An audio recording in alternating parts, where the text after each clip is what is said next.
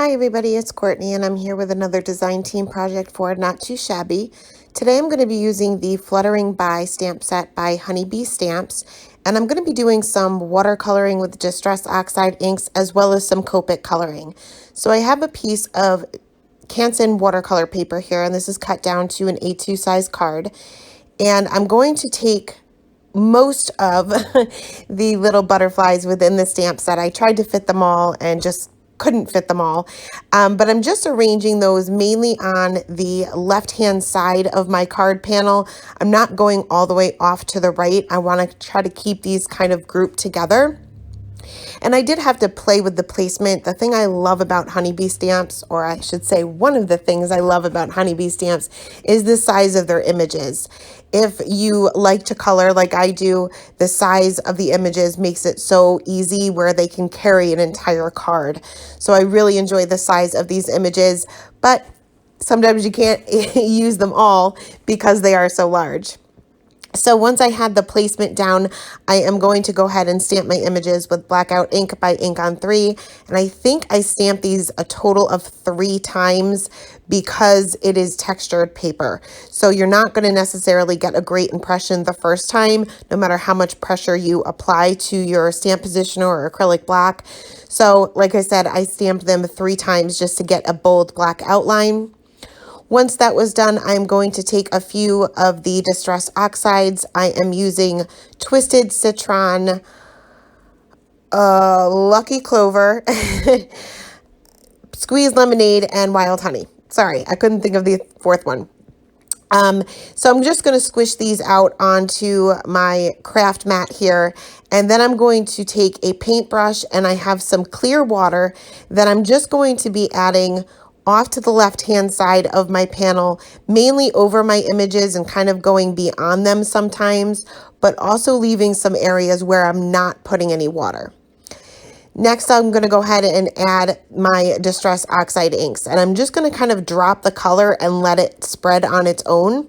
I like to start with my lightest color first and then kind of work to the darkest. And then if I need to go back to my lightest, which you'll see in a minute that I do, just to kind of lighten up some areas, I can. Now, the Lucky Clover is significantly darker than what I'm looking for, so I'm actually not even going to clean off my brush, and I'm going to kind of mix it in with that Twisted Citron to kind of lighten it up a little bit. I was going to use Cracked Pistachio. I don't know why I'm drawing a blank with distressing colors. I know I'm like the back of my hand, but sometimes when that dries, it's a little bit too light. So I just use the Mowed Lawn sparingly, and then I'm going to dip my paintbrush again and kind of just go over those same areas to get that to spread and lighten up a little bit. Now I am carrying this obviously beyond my images. I want this to have a watercolor look, so I'm not keeping this perfect. I am also going to splatter on some of the color as well. So I switched over to a number 2 round brush, and it just wasn't splattering the way I was looking for it to splatter. So I took a number 4 round brush instead, and I had much better luck. You can actually see some of the splatters. I don't think you guys can see them on camera, but they are there. I went ahead and let my panel dry. I prefer to air dry it, but you can certainly use a heat tool to kind of speed up the process. And then we're going to move on to the Copic coloring. Now, typically, I do not recommend coloring over Distress Oxides. I've heard that it can damage your markers. I haven't had that problem. The reason why I wouldn't recommend it is because you don't necessarily get a great look. It's very hard to blend, and sometimes I don't want to say it's muddy, but it is, I guess, kind of muddy. So once you add too many colors of your Copics over Distress Oxide inks, if you were doing ink blending, you're just not going to get a blend with your Copics the way you normally would. I would always use regular Distress inks if I'm doing a background that I'm going to color over. But for whatever reason, once you watercolor with the Distress Oxides, things change where you can easily color over them with your Copics and still get great results. Now I'm using a combination of greens and mostly it's YGs. I started off with the YG17 as my darkest color, and as you will see in a minute, as I continued on my coloring, I just wasn't getting the contrast I was looking for in the green areas. So I ended up switching out that YG17 for the G07 just to have a little bit darker of a color to get that contrast. For my yellows, you'll see that I'm using a Y08 as my lightest midtone now, but my marker's going dry. So you'll see that I will add in a Y02, and my lightest color at this point is the Y04, and that will become my lightest midtone. So sometimes you gotta make some changes. But anyway, so I am concentrating my shading for my butterflies being towards the center of their wings, and I'm just adding some black accents to some or most of the butterflies. So where I don't want 2 areas of green touching or 2 areas of yellow touching, I'm going to bring in my black, or in this case, I'm going to do some shading with my C markers as well. And this kind of stood out too much. The black stood out way too much. So I ended up taking my black marker once all the coloring was done for this particular butterfly. I just took the very tip of my black marker and added some dots to the lower portion of their wings, just to add a little bit more black to the bottom part and kind of even that out. For their little bodies, I am coloring them in solid black. I'm not doing any shading at all for the body part, I guess, the middle part of the butterfly. So I'm going to continue to basically color these similar to the first one. I'm going to use the same combinations except for those few little changes that I had to make here and there. But for the most part, I'm sticking with all of the or similar colors that I did for my background, for the watercolor background. Now I did leave all of the coloring in here just so that you can see how I colored these. They're all obviously have different patterns to their wings, but for the most part, they're all going to be colored the same way.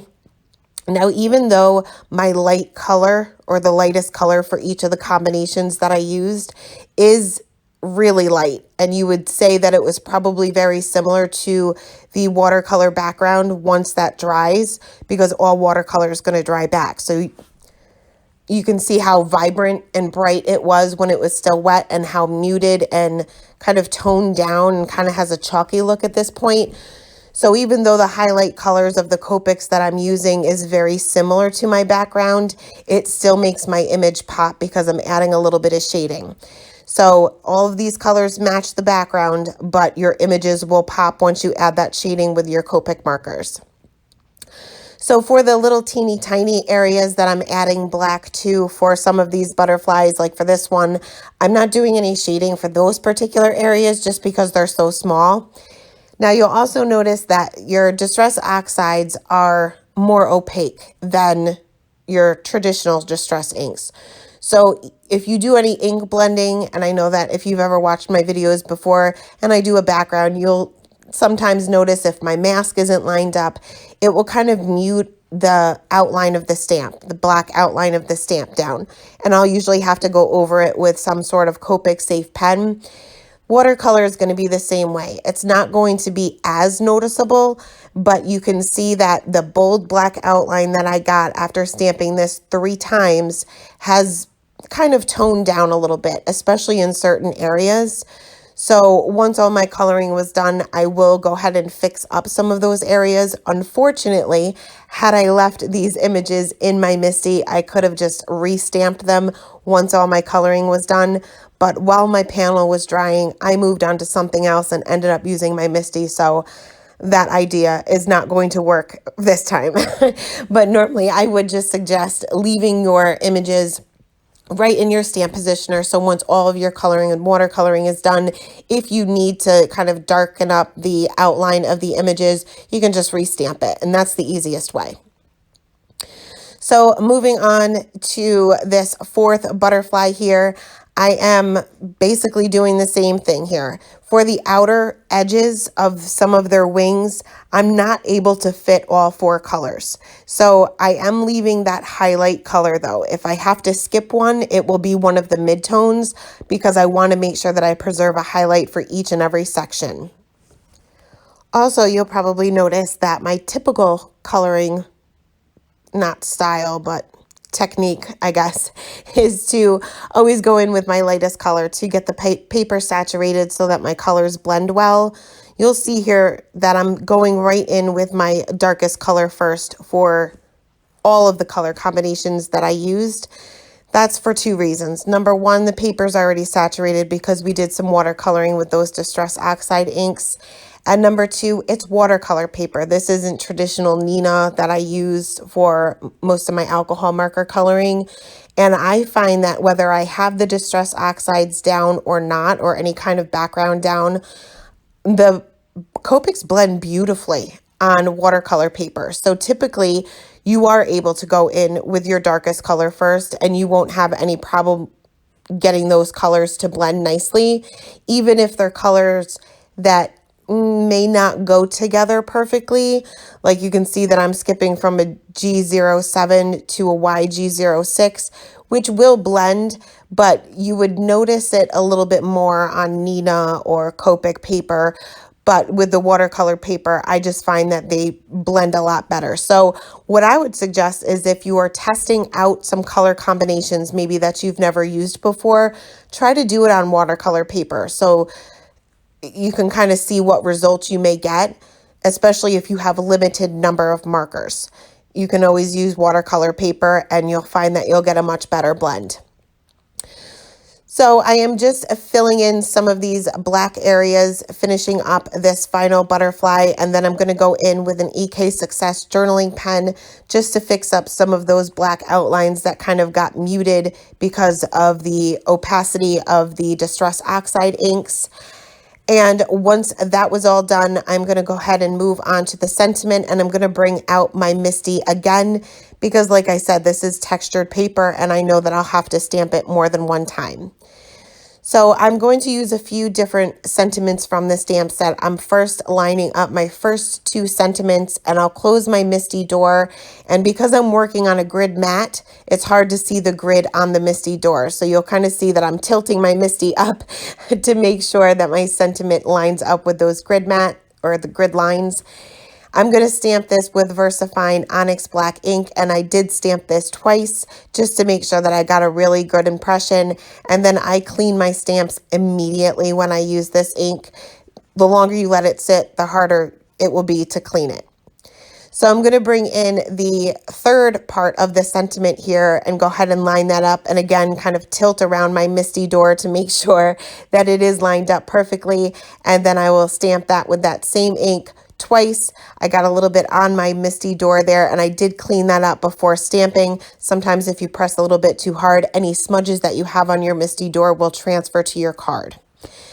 So once that's done, I wanted to do some black splatters in the background and I didn't want to risk going over my images. So I'm going to use a black glazed gel pen and this will give it a little texture too.